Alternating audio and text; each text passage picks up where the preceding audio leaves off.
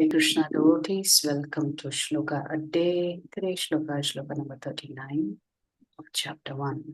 Kulakshaye pranashyanti Kulakshaye pranashyanti Kuladharma sanatanaha Kuladharma sanatanaha Dharme nashte kulam kritsnam Dharme nashte kulam krishnam Adharmo bhibhavatyuta. Adharmo bhavatyuta. Word for word meaning translation and purport by His Divine Grace Srila A.C. Bhaktivedanta Swami Prabhupada. Srila Prabhupada ki jai. Kulakshaye, Kulakshaye, in destroying the family. in destroying the family. Pranashyanti, Pranashyanti, become vanquished. become vanquished. Kuladharmaha, Kuladharmaha, family traditions. family traditions. Sanatanaha, Sanatanaha, eternal. eternal. Dharme, Dharme, religion. religion. Nashte, Nashte, being destroyed. being destroyed. Kulam, Kulam, family. family. Kritsnam, Krishna, whole. whole. Adharmaha, Adharmaha, irreligion. irreligion. Abhibhavati, Abhibhavati, transforms. transforms. Uta, Uta, it is said. it is said. Translation: with the destruction of the dynasty, With the destruction of the dynasty, the eternal family tradition is vanquished. the eternal family tradition is vanquished. And thus the rest of the family And thus the rest of the family becomes involved in irreligion. becomes involved in irreligion. Okay, so let's read what Prabhupada says.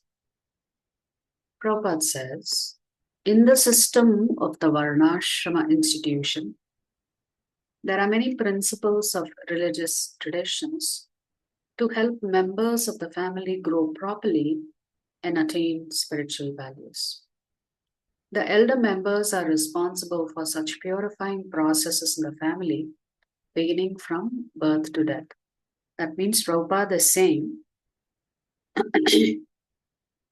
the reason why the Varnashrama system was created by the Lord is to help every single Varna and every single ashrama make progress on the spiritual path.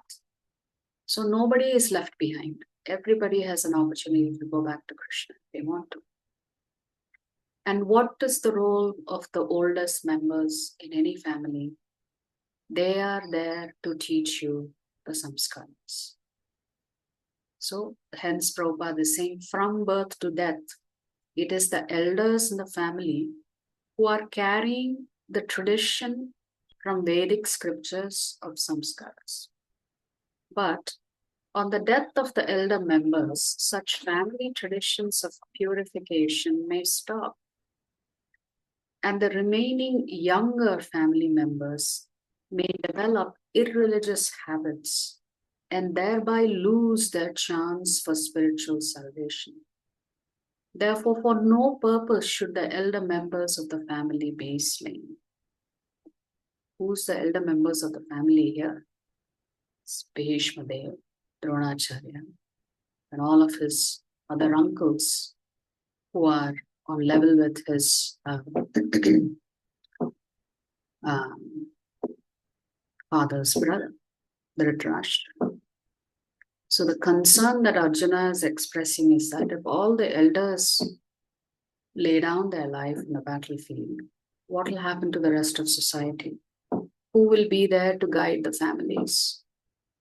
Who will be there to make sure that the samskaras are continuing? And therefore, Prabhupada is saying, yeah, Arjuna is thinking like this. From another parampara, Arjuna was a proclaimed warrior, but due to his righteous nature, he tried to avoid violence whenever possible. This side of his character is well revealed in an incident that took place towards the end of the Mahabharata war. So it's not that just because you're a Kshatriya, you enjoy violence just for the sake of it. You can be generally peace-loving, but when violence is necessary, then it is utilized for the larger good. Duryodhana was badly injured, and only a handful of warriors were remaining on the Kaurava side. Ashwathama was one of them. He wanted to avenge his father, Dronacharya, and his friends, Kaurava's death. He sneaked into the Pandava camp at night while everyone was fast asleep and went on a carnage. Several warriors, including Draupadi's 5 sons, were killed in this attack. The Pandavas, along with Draupadi and Sri Krishna, were away that night. When they returned to the camp, they were devastated. Arjuna went after Ashwathama, caught him, and threw him at the feet of Draupadi, who was grieving the death of her young sons. Bhima was raged and wanted to kill Ashwathama right away. But Draupadi was a soft-hearted lady of forgiving nature. She said that Ashwathama was their Guru Drona's son and a Brahmin, therefore they should forgive him. So, 2 reasons. One is he's the son of the Guru who has taught them warfare. 2 is he's the son of a Brahmana. So, on both counts, they should not kill Ashwathama. Arjuna was unsure what to do next and wanted guidance from Sri Krishna, who then said, a respect-worthy Brahmin must be forgiven even if he may have temporarily fallen from virtue. So, Brahmana, it does not mean a Brahmana will not make mistakes. A Brahmana may temporarily fall down. But if it's accidental, that doesn't mean he loses all of his virtuous qualities. But a person who approaches to kill with a lethal weapon must certainly be punished. But what do you do if, on the other hand, the son of a Brahmana has done something terrible? Do you forgive him? Arjuna understood what the Lord meant. He did not kill Ashwathama. Instead, he cut his Brahmin's tuft, removed the jewel of immense power from his forehead, and let him go. So the shikha was shaved off, and the jewel that Ashwathama was wearing was removed by Arjuna. So in this, there is a saying from the Manusmriti, one should not squabble means quarrel, with the Brahmin who performs the fire sacrifice. The family priest, teacher, maternal uncle, guest, dependent children, elders, doctor, or relatives. So it looks like you can't argue with anybody. Yeah. So the family priest, teacher, maternal uncle, guest, dependent children, elders, doctor, relatives. So who's left? I don't think anybody is left. So one should not unnecessarily quarrel. Arjuna was aware that killing one's own relatives was a great sin. He said to Sri Krishna, greed has blinded them. Who? The Kauravas. And they do not realize that it is a great sin to kill their own relatives and friends. But why should we do the same thing when we can avoid this transgression? So ultimately, that is actually Arjuna's point. Just because they are greedy and they are ready to kill their own family members, I don't feel that way. So let them have the kingdom. What's the big deal? So this is Chaitanya Charan Prabhu's commentary on this particular shloka. What Arjuna's fears of social breakdown reveal about him. In the Bhagavad Gita's first chapter, Arjuna fears that the impending fratricidal war will precipitate dystopia in society. If the assembled leaders of various dynasties are killed, society will fall into chaos, corruption, and criminality. Dystopia means everything will just simply fall apart. There'll be no distinction between right and wrong. There'll be just such confusion. While the specific ways such a dystopia may unfold can vary according to time, place, and circumstance, the aftermath of many major wars in world history can demonstrate the broad trajectory outlined by Arjuna. When the protectors of society die in war, state systems for the welfare of citizens will collapse. Predators will prey upon society's vulnerable sections, especially women. So when the good guys lose their lives on the battlefield, the bad guys tend to take advantage of the women.